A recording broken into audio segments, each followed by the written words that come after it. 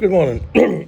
That's just coming 9 o'clock in the morning. I got up for the Rangers game at 0-2-5-9.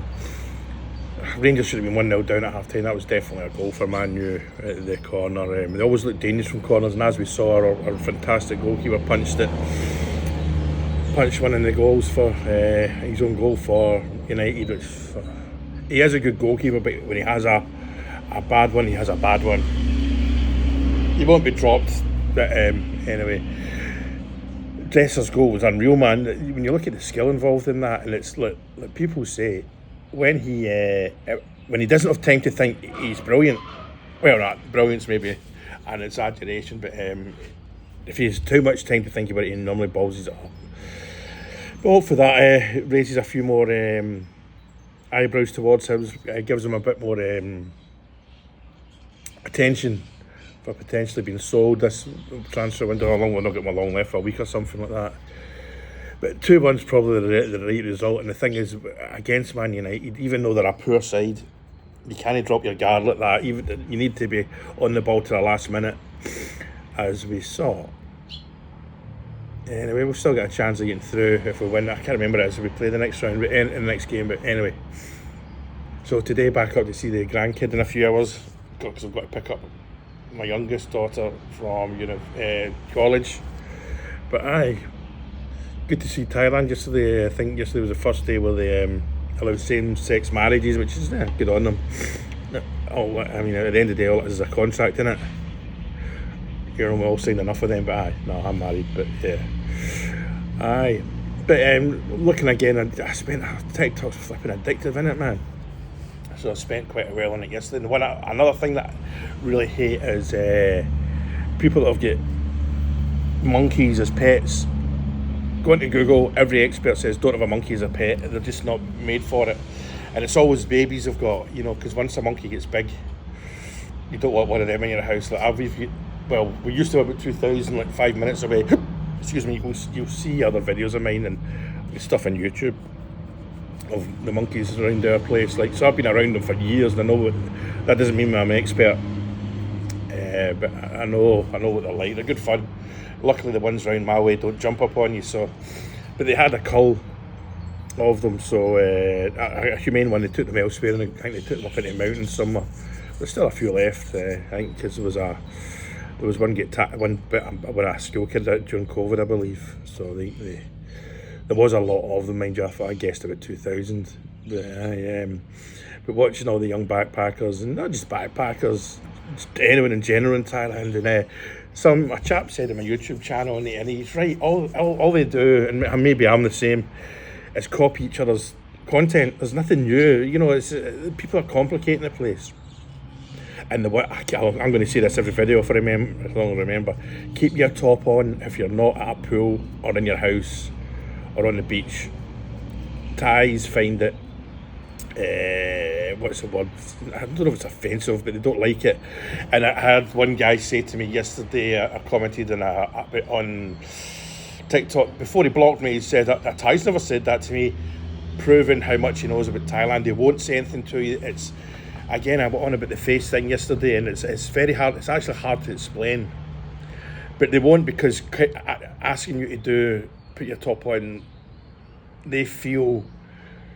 Again, I find this difficult to put into words. They don't like it. Just put your top on. It's not hard. And same with girls. Don't walk around with just a bikini top on. Just you put a t-shirt on over your bikini. I know. I get it. It's hot and all that. It is. Well, it's not that bad this time of year compared to what it can be like, because it's not that humid. But normally this time in the morning, it's at 9:02, I'm sitting out my porch having my coffee. I have my top off, which is not a pretty sight.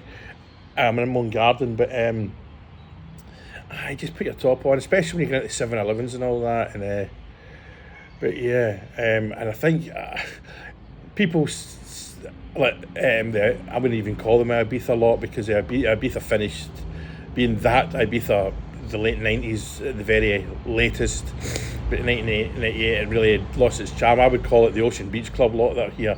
And Ocean Beach Clubs old beach clubs get zero to do what the ethos of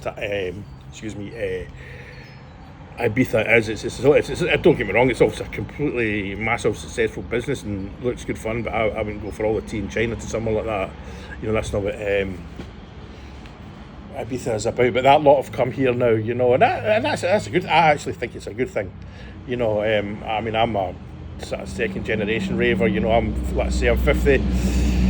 We didn't quite get the 1988 thing. It was a couple of years later I started, and it's brilliant. There's nothing. We still do it. There's no age limit to raving. Raving finished in the 80s. Even we didn't catch the rave as such. But when you go and see the big, everyone's staring facing the DJ. That's a concert. It's not. And these guys like James Hype and all that, they're just cheesy pop stars to me. You know what I mean?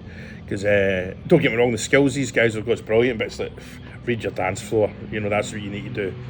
But they make a fortune and they sell out. So who am I to criticise? Good on them, and people like it. So and at the end of the day, if you're on a dance floor, whether it's a concert, watching U2, the Stones, Eminem, James Hype, you're on there and you're forgetting about your problems and you're enjoying yourself. You've got a beer or two in you and whatever else helps you along the way, and good on you.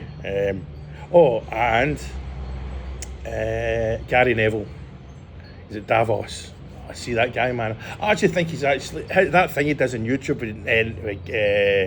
what's it called, the Roy Keane Carragher, and he brings on punters. I think that's the best podcast thing going. I love it, love watching it. But I remember Gary Neville did a thing, and so did Lineker. Believe it, we all know what Lineker's like.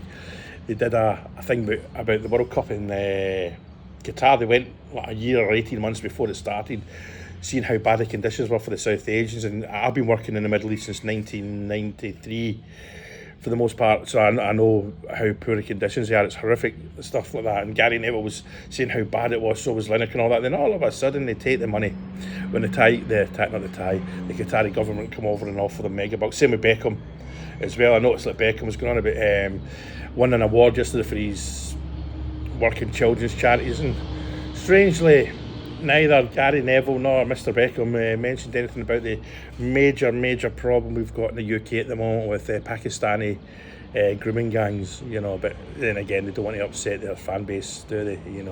The thing is, there's nothing that Beckham or Neville or Lineker can say. People know they're just hypocrites, and it's like whatever now, you know what I mean? And all three very good football players in a day, but yeah. So there's a bit of I don't know why I'm doing this. I just feel comfortable doing it. So time's 9:06. We got to pick our Kate up, my daughter, for about the bang it's 3 or 4 o'clock. Up at our college up in Rayong City. But me and the wife will go up before and go and see my grandson, which will be good fun. But yeah. Hope everyone has a really, really good day, and all the Rangers fans coming back from Manchester get home safely. Obviously there was a lot in the Manchester United end as well last night, I noticed, which is everyone knew would happen. But sadly, Old Trafford is a tourist city now. It's a tourist club for the most part now. Don't get me wrong, I've got Man U fans, mates fans. But I saw a guy on Twitter a minute ago who's complaining how there's Rangers fans in the Man United end, and you're like, mate, there's guys from Singapore, from China, from Texas are at Man U Liverpool games with half scarves on. You know what I mean? So that ship has sailed, unfortunately, and it's not Man United's fault, as it's just the way it is. If somebody buys a ticket, they can go to a game. But yeah. As much as I despise Celtic, you'll never ever see a half Rangers Celtic scarf. And if there was ever one sold at either ground, both Rangers or Celtic fans would be like, you get that to fuck right now. You know what I mean? Anyway, hope you all have a brilliant day. The temperature here is, 9:07, 26 degrees, a bit cloudy. So I'll go and have my Frosties, go get some peanuts and go feed the monkeys. Alright, thank you. Bye.